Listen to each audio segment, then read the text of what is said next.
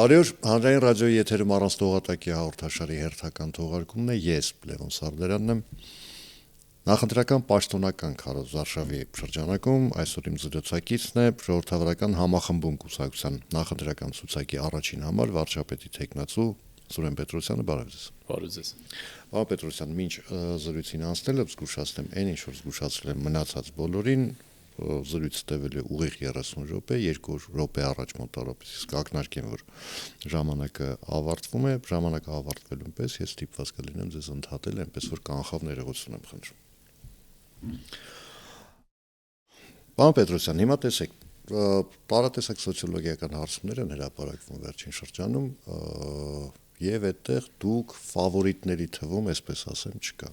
Բայց այստեղ մի կա հետաքրքիր առանձնահատկություն։ Բոլոր համարյա գրեթե բոլոր հարցումների հիման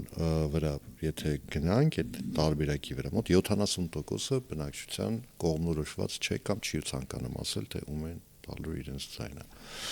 Հիմա ես ուզում եմ հասկանալ, գալիք ընտրությունների շրջանում ով է ձեր էլեկտորատը պոտենցիալ։ Շնորհակալություն հրավերի համար։ Շատ կարևոր տեղից սկսեցիք ասելով, որ մոտ 70%-ը չկողմնորոշված է։ Դա նաև այն ցուցանիշն է, որը մենք ամեն օր մեր քարոզարշավի շրջանակներում տեսնում ենք։ Ու հետարքիր փոփոխություն կա հասարակության մեջ։ Երևի թե մեկ հոգի անգամ չենք հանդիպել, ով ասի, որ չի մասնակցելու ընտրություններին։ Բոլորը վճռական են ընտրություններին մասնակցելու, սակայն մեծամասնությունը դեռ չկողմնորոշված է, բայց իրենք գիտակցում են, որ իրենց ձայնը վճռորոշ է եւ կարեւոր է։ Ու նաև կա մեկ այլ պահանջ. մարդիկ ուզում են տեսնել բացառապես նոր դերակատարներ, բայց հետաքրքիր փոփոխություն էստեղ որն է, որ իրենց այլևս բավարար չէ նորը լինելը, իրենք ուզում են տեսնել նաև դրա տակ գաղափար։ Ուր եք ուզում մեզ տանեք, արտաքին քաղաքականություն ինչի վրա հիմնված, ներքին քաղաքականություն ինչի վրա հիմնված, այսինքն մարդիկ այլևս սկսել են պահանջներ ներկայացնել ու կամաց այդ էմոցիոնալ ազդեցությունը կամ մանիպուլյացիաները թե իշխանության, թե ընդդիմության կողմից կամաց տեղի են տալիս, հասարակությունը սկսում է դրան չտրվել։ Եվ սա շատ հետաքրքիր տրանսֆորմացիաներ են։ Իսկ ինչ վերաբերում է սոցիոլոգիական հարցումներին, ես մի բավականին լավ, այսպես ասեմ, բարեկամ ասեմ, գիտնական ընկեր ունեի, ով հենց այդ ոլորտում դոկտոր պրոֆեսոր էր եւ ասում էր, իդեպ գերմանացի, ասում էր, որ սոցիոլոգիան կամ վիճակագրություն, ավելի կոնկրետ ներողություն, ճշգրիտ գիտություն է, ինչքան վճարում ես, այնքան ստանում ես։ Հետևաբար այդ սոցհարցումները հիմնականում ունեն մեկ նպատակ՝ հասարակության մոտ ձևավորել կարծիք եւ տալ ֆավորիտների անուններ եւ դրանից հետո հասարակության կարծիքը մանիպուլացնել,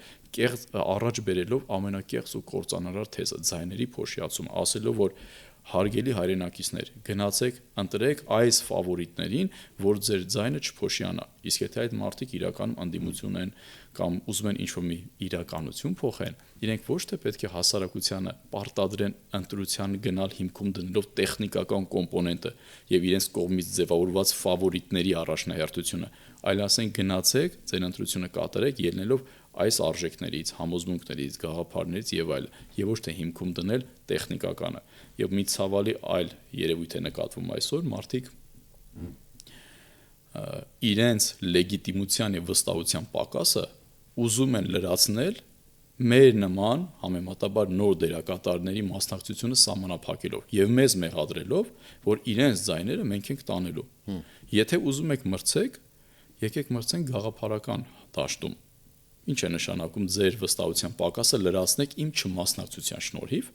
Հակառակ, եթե դուք ունեք նվազագույն քաղաքական առողջություն, դուք պետք է խրախուսեք նոր դերակատարների մասնակցությունը։ Եվ հենց այս մրցակցության մեջ դուք պետք է դառնաք ավելի կենսունակ եւ ավելի պահանջվածը, եւ ոչ թե ձեր կենսունակությունն ու լավը լինելը ապահովի այլոց սահմանափակելու մեջ։ Եվ հենց սա մեր քաղաքական մշակույթի ամենախնդրահարույց հարցերից մեկն է, որ մենք ուզում ենք կենսունակ լինենք ուրիշների հաշվին, սահմանափակելու հաշվին։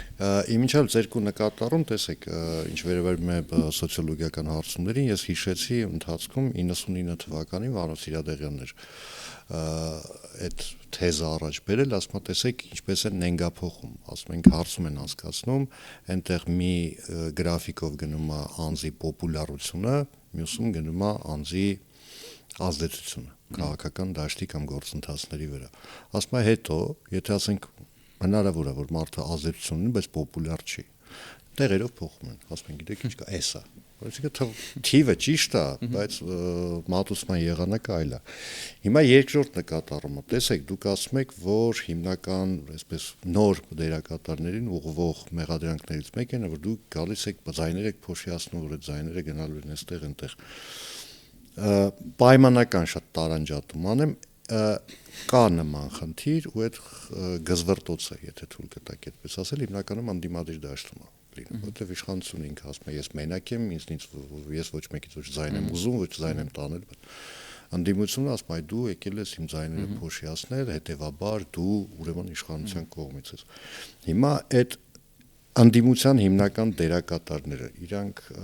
ըստ ձեզ իրենք լուրջ ակնկալիքներ ունեն, որ ասենք եթե չլինեք դուք կամ մյուսը, իրենք մեծ ձայներ են հավաքելու։ Չեմ կարող ասել, ու դա շատ մտահոգիչ է, որովհետև եւս մեկ անգամ պետք է փաստեմ, ինչը քիչ առաջ ասեցի,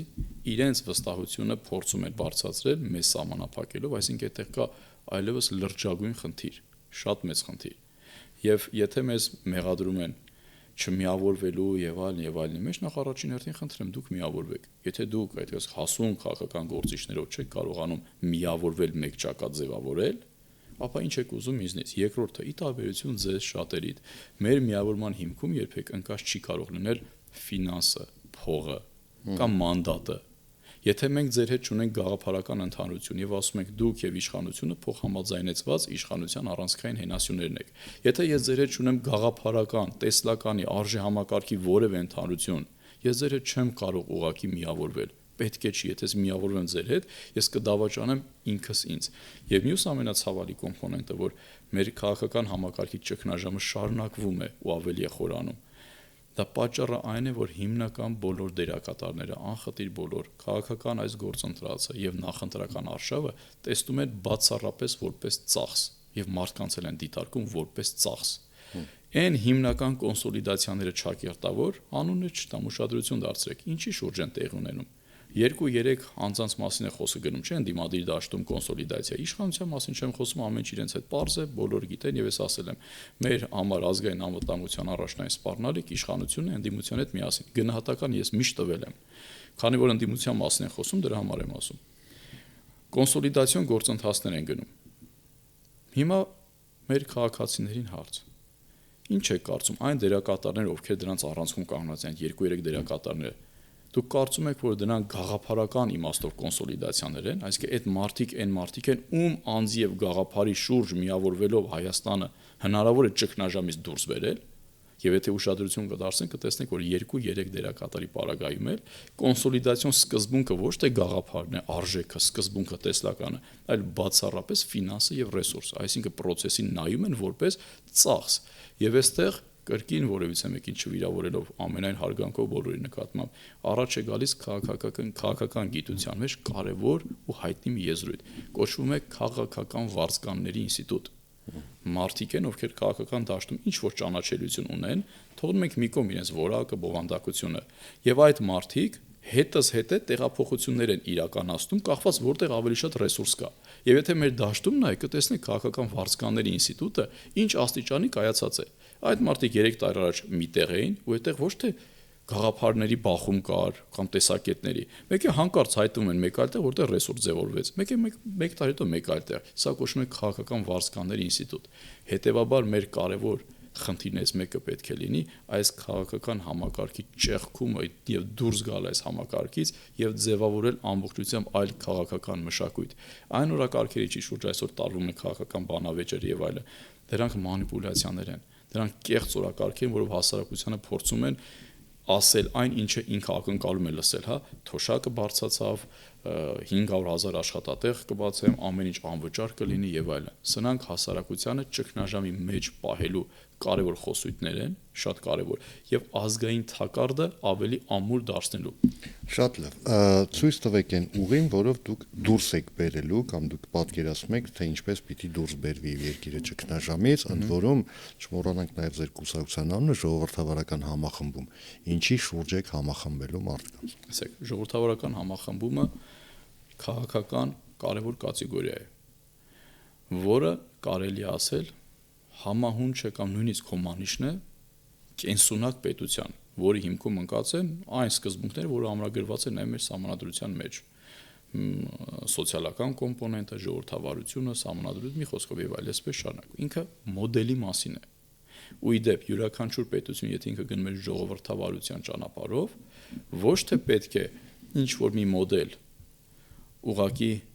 copy-paste անի, ինչպես ասում են, բերի եւ դնի, որ իրեն չի համապատասխանում, ոչ մշակույթով, ոչ պատմությամբ, ոչ աշխարհագրական դիրքով, այլ պետք է ձևավորի իր սեփական մոդելը, որը իրեն թույլ կտա ավելի կենսունակ լինի։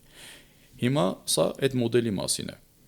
Ու նաև մեր ծրագրի մեջ գրված է, որ մենք նաև պետք է կարողանանք ձևավորել ժողովրդավարության հայկական մոդել, այսինքն որը մեզ ավելի կենսունակ կդարձնի եւ ոչ թե կվերցնենք ձևը, կդնենք, որ իտակ բովանդակություն չկա, կնմանակենք ինչ որ պետությունների,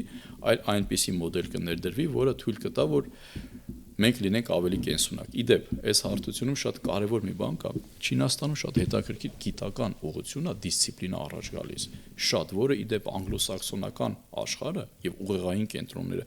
լրջագույնս վերցրել են քննարկման եւ մեծ, այսպես գիտական քննարկումներ են տեղի ունենում։ Դա կոչվում է smart democracy, խելացի ժողովրդավարություն, ու հետաքրքիրը որն է, որ խելացի ժողովրդավարության պարագայում պետությունը եւ հասարակությունը կարողանում է խուսափել եւ զերծ մնալ պոպուլիստ դերակատարների մանիպուլյացիաներից, այսինքն պետությունը ստանում է ժողովրդավարության նաեւ միջոցով, ունեն այնպիսի գործիքակազմ, որով կարողանում են չեզոքացնել պոպուլիստներին եւ հանրային կարծիքը մանիպուլացնելուց։ Սա շատ հետաքրքիր կոնցեպտ է, սա։ Եթե չինական է, այնտեղ մի քիչ ուրիշ տարբերակ կարող է աշխատել, որովհետև այդ ձեր ասած տարբերակը Չինաստանում կարող է ասենք հողաթափիկով խփենք ոչնչացնենք։ Տեսեք, ես ոչ թե ասացի Չինաստանի կառավարության կողմից պետական, այլ Չինաստանի ուղեղային կենտրոնների կողմից, այսինքն ծագումն է չինական։ Այդ նույն հաջողությամբ նույնը կարող ենք ասել Արևմուտքի մասին էլ, նույնը կարող ենք ասել Ռուսաստանի Դաշնության եւ մնացածի մասին էլ։ Իդեպ այսօր Արևմուտքում այդ խոսույթը եւս կա այդ դիսկուրսը անգամ անգլոսաքսոնական բարձր մակարդակում, որ ասում են այսօր արևմուտքը առաջինը ինքը կարիք ունի արևմտականացման, որտեղ արևմուտքը այլևս արևմտյան արժեհամակարգի հետ որևէ աղերս չունի։ Դա կլինի խոսքի ազատություն, կլինի քաղաքական ազատություն եւ այսպես շարունակ։ Դրա համար անգամ այս խոսույթը անգամ պետական մակարդակով է գնում, արևմուտքը կարիք ունի արևմտականացման։ Հիմա սա երկու բառով ժողովրդարական համախմբման մասին։ Մյուսը առաջին քայլը պետք է լինի ընդդիմափոխություն։ Սա չի նշանակում, որ մենք պայքարում ենք ամեն ինչ թողած պայքարում ենք ընդդիմության դեմ, որտեղ որ մեր կարծիքով որպես այդպեսին ընդդիմություն չկա, որովհետև ընդդիմության չափորոշիչ լինելը չի նշանակում ասել երկրի ղեկավարությունը թուրք է կամ դավաճան, ուրեմն դուք արդեն ընդդիմություն եք։ Բայց միևնույն ժամանակ սպասարկեք նույն օրակարգը,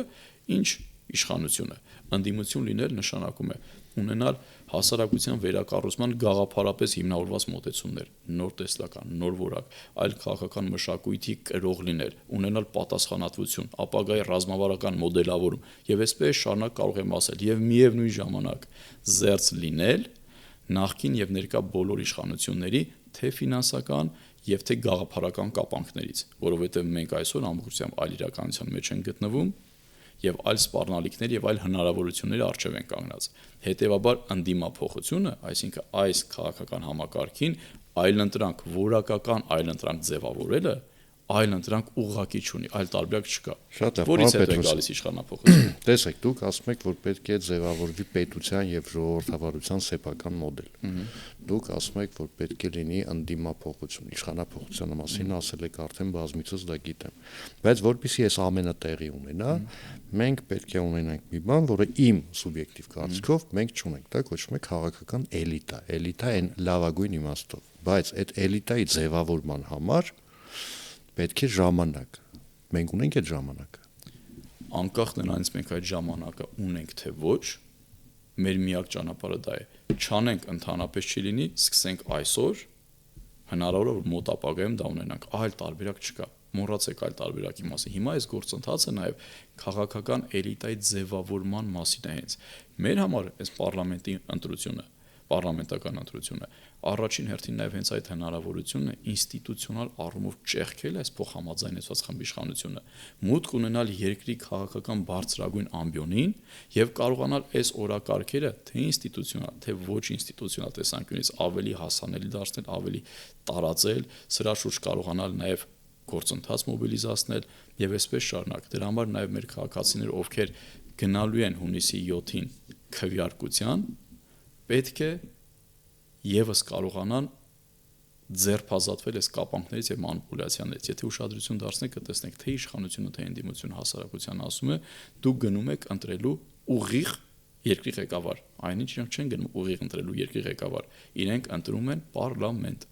Հետևաբար քաղաքացիները պետք է իրենց հարց տան. արդյոք իրենք ուզում են նույն 2021 թվականի պարլամենտը տեսնել։ Սա է կարևորը։ Եվ այստեղ ամենևին նշանակություն չունի այս պարագայում։ Եթե նույն 21 թվականի պարլամենտը կլինի, որակական առումով, չէ, գլխավոր մարմինը պարլամենտն է, կապ չունի այստեղ մեկը կլինի իշխանություն, թե մեկը ընդդիմություն։ Գումարելիների տեղերը փոխելիս գումարը չի փոխվում։ Իմացեք, որ դուք ունենալու եք նույն որակի պարլամենտը։ Հետևաբար այլ որակ ակնկալել հնարավոր չի։ Դրա համար քաղաքացին պետք է գնա ոչ թե քվեարկելու, այլ գիտակցված ընտրության եւ իրեն հարցնի. ես ինչ պարլամենտ եմ ուզում տեսնել, նույն պարլամենտը, որը տեսել եմ, որտեղ չկա ոչ բովանդակություն, ոչ օրակարգ, բացի փոխադարձ հայհոյանքներից եւ սպառնալիքներից, թե ես կամք եմ դրսևորում փոփոխություններ իրականացնել եւ այդ պարլամենտը թեկուզ ունենա որակական այլ դրսևորում եւ այդտեղից սկսվի այդ փոփոխությունները։ Մենք հիմա այսօր դմանենք ցավոք պետությունը, եթե նմանացնենք մարդու հետ կամ զուգահեռներ տանենք,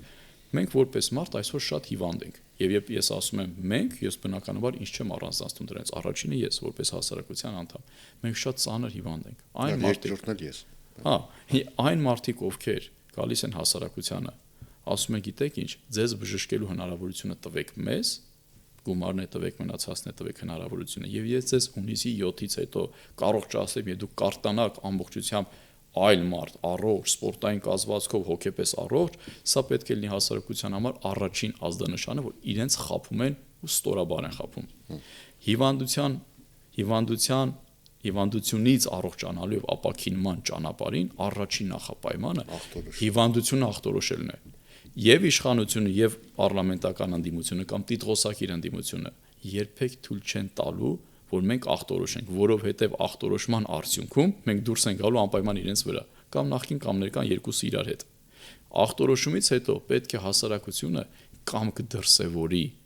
այդ հիվանդ մարդը, որը ես եմ, պիտի կամք դրսևորեմ առողջանալու եւ հույս ունենամ։ Իսկ այսօր ուշադրություն դարձրեք թե իշխանության եւ թե ընդդիմության խոսույթը։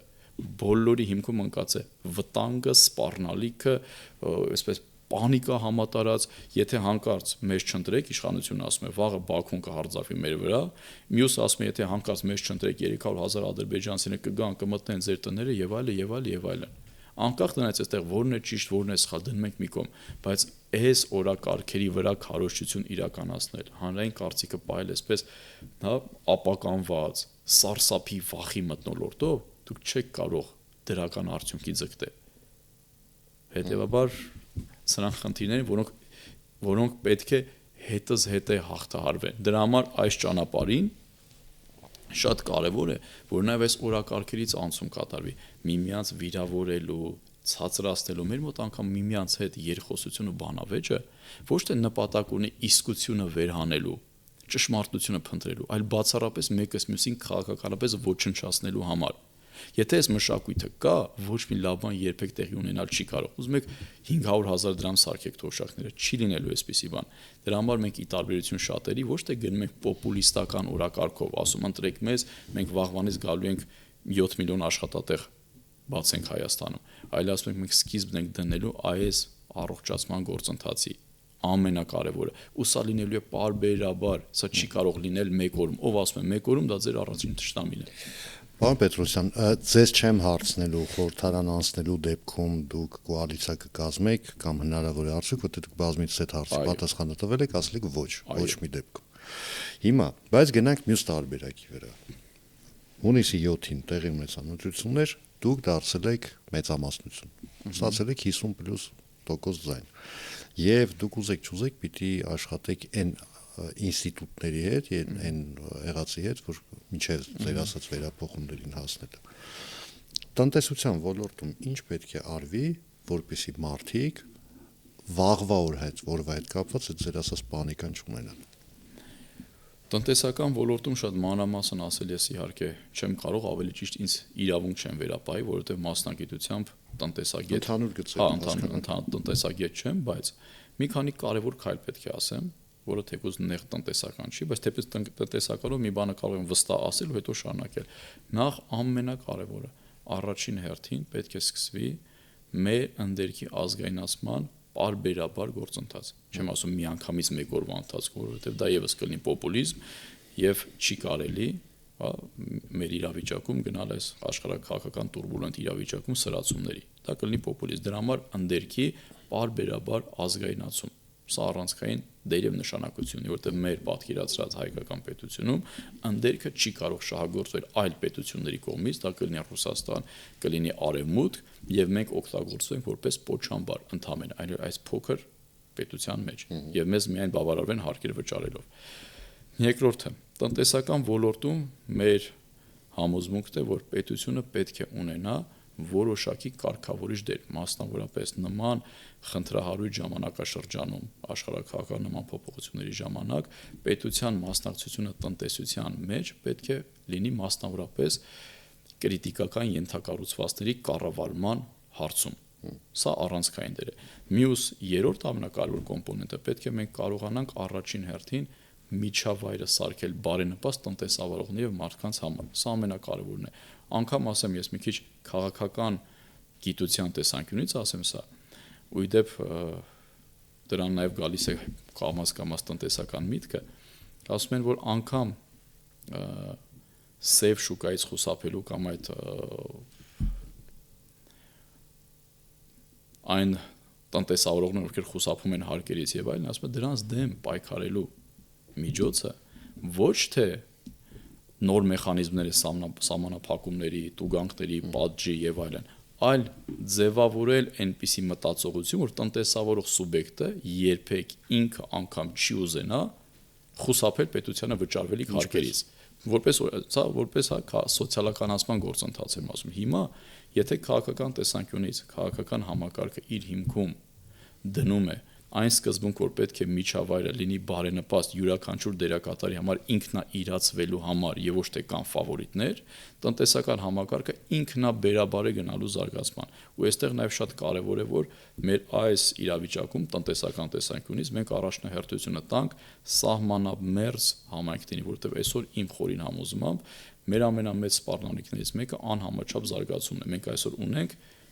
մայրաքաղաք պետություն եւ որպես այդպեսին այս գերկենտրոնացում մեր համար ազգային անվտանգության սպառնալիք է։ Հենց տնտեսական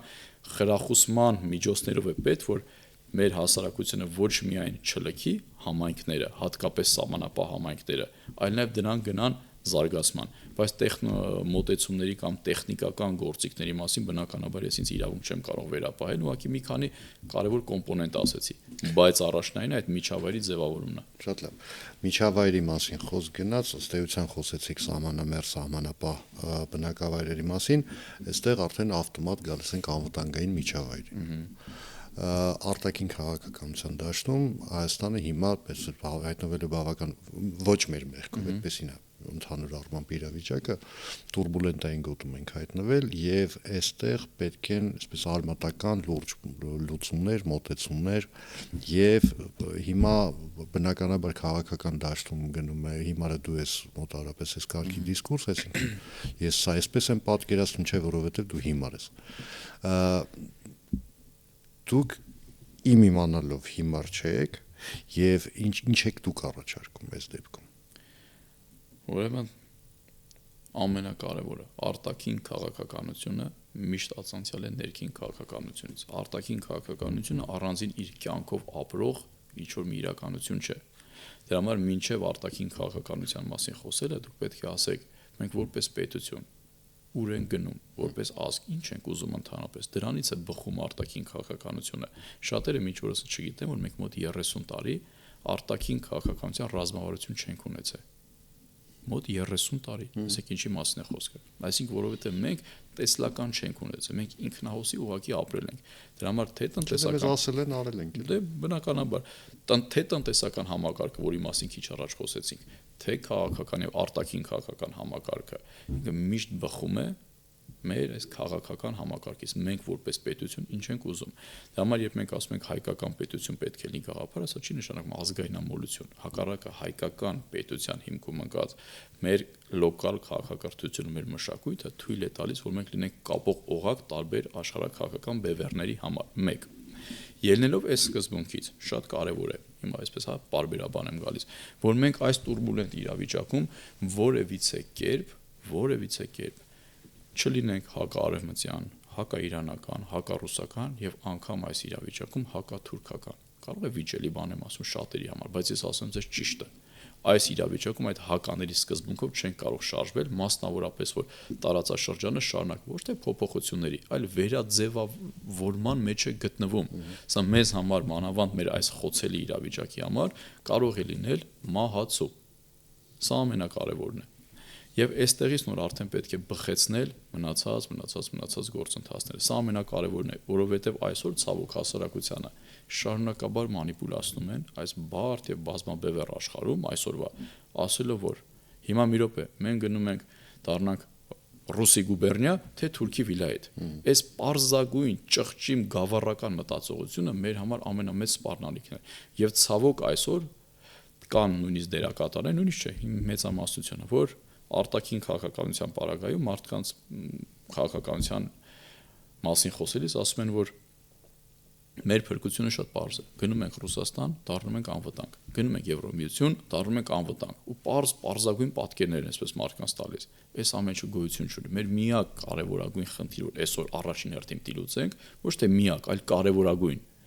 առաջին հերթին պետք է տեղի ունենա արտաքին քաղաքականության վերաբերյալ մեր մտածողության եւ պատկերացումների մեջ։ Դրա առաջին կոմպոնենտը նա է, որ մենք պետք է վերջի հասկանանք, որ մեր սեփական ճակատագրի համար միակ պատասխանատուն մենք ենք եւ ունենանք համարձակություն ստանձնելու այդ պատասխանատվությունը։ Եվ աշխարհը այդպես պարզ մեկի զնոների համակարգ չէ։ Կամ դու պրոռուս ես, կամ պրոարևմտյան ես։ Դրա համար հիմա երբ օրինակ ես խոսում եմ, եւ ես չեմ հայհոյում ռուսներին, ասում են այ ռուսի գործակալ է։ Եվ երբ չեմ հայհոյում ես արևմուտքին, ասում են այ ծպտյալ սորոսականը։ Այս գավառականությունն է պետք հաղթահարել։ Մենք շատ կարևոր նաեւ այսօր ու մեծ հնարավորություններ ունենք, որի մասին ցավոք ոչ մեկ չի խոսում։ Հակառակ մեզ ամեն օր վախեցնում են, ամեն օր սպառնալիքներով վախեցնում են, բայց դրա համար մեզ պետք է ներսից առողջանալ։ Մենք այսօր չենք պատկերացնում աշխարհի մեջ գործընթացներ են տեղի ունենում։ Մենք գիտենք, թե տարածաշրջանը միայն կապվում է բացառապես եւ ամբողջ աշխարհը բացառապես ապրում է հայ-ադրբեջանական խնդիրներով։ Հայ-ադրբեջանական խնդիրներից է ածանցվում ամբողջ աշխարհակաղակական գործընթացները։ Մենք չենք պատկերացնում այսօր ինչ է տեղի ունենում ամերիկյան-չինական հարաբերություններում, ինչ է տեղի ունենում կենտրոնական Ասիայում, Մերձավոր Արևելքում, Միջին Արևելքում, ինչ է տեղի ունենում Գրենլանդիայում ընդհանրապես, որը ուղղակիորեն կապված է մեր հետ, ինչ է ունենում բնական ռեսուրսների շահագործման տեսանկյունից, որը իդեպ այս թրիփի շրջանակներում նաև 3 նախաստորագրվեց, ինչ է տեղի ունենում Ուկրաինայում, ինչ է տեղի ունենում Ռուսաստանում եւ այսպես շարունակ։ Եվ մենք այս ամեն ինչը ասես պարզապես, գրեհկության աստիճան պարզեցնելով եւ բարձր բղավելով, մենք գիտենք, թե մարդկանց առաջարկում ենք լուծումներ։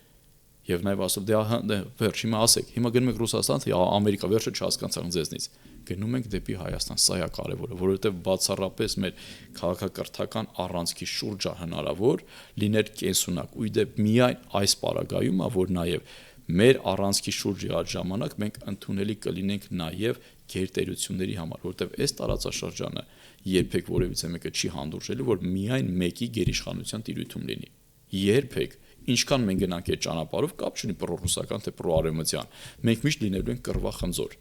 Դրա համար մենք օգտագործելով նաև մեր մշակույթը, մենք այսօր խնդիր ունենք տարածաշրջանին անելու քաղաքակրթական առաջարկ։ Իսկ քաղաքակրթական առաջարկ, հավատացեք, ոնց որ դուք ասեցիք, դու ապուշես, դու կոռուպցիոներ ես, դու դավաճան ես, դու սրիկա ես, այս հարթությունում երբեք չի լինելու։ Սա խորքային վերափոխման խնդիր է։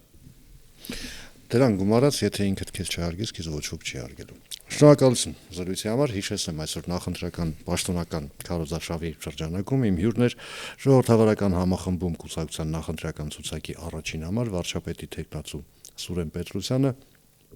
ես Լևոն Սարդարյանն եմ, կհանդիպենք արդեն ուշադրություն Կիրակի օրը նույն ժամին, նույն վայրում, հաջողություն եւ համբերություն բոլորիս։